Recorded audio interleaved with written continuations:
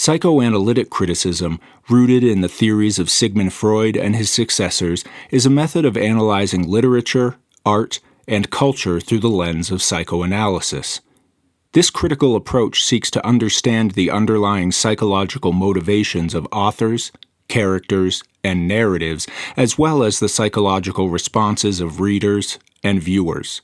It delves into the depths of the unconscious, exploring themes such as desire, repression, the Oedipal complex, and the id, ego, and superego. Sigmund Freud's theories of the unconscious, dreams, and repression form the bedrock of psychoanalytic criticism. Later theorists like Carl Jung, Jacques Lacan, and Melanie Klein expanded and diversified the field. While originating in the realm of clinical psychoanalysis, this approach extends Freudian and post-Freudian theories to the interpretation of texts and cultural phenomena.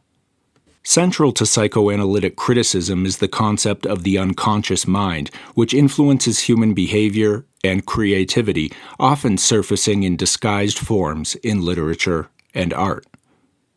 This approach often involves analyzing the symbolic content of a text, akin to interpreting dreams, to uncover hidden desires and fears.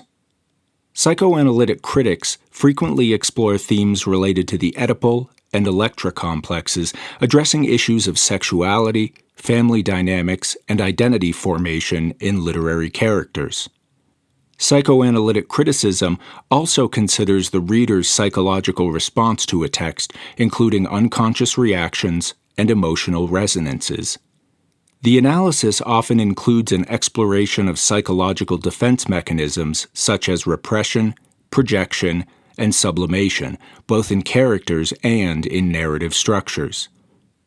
Psychoanalytic criticism extends to the interpretation of visual art, film, and cultural practices, providing a framework for understanding the psychological underpinnings of creative expression.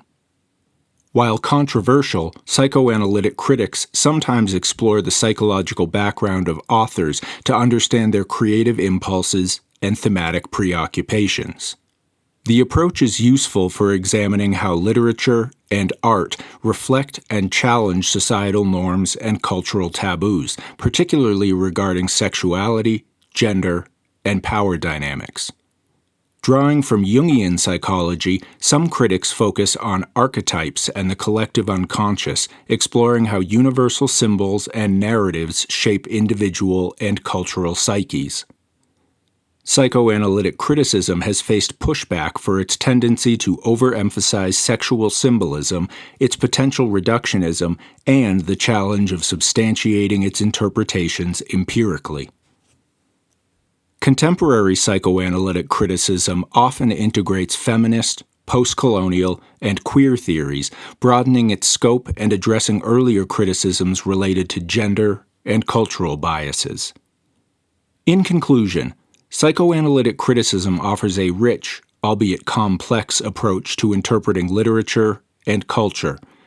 By uncovering the psychological dimensions of texts and artistic expressions, it provides a profound insight into human behavior, motivation, and societal norms. This method of criticism continues to evolve, integrating new theoretical perspectives and responding to changing cultural contexts, while retaining its focus on the intricate workings of the human mind as reflected in creative works.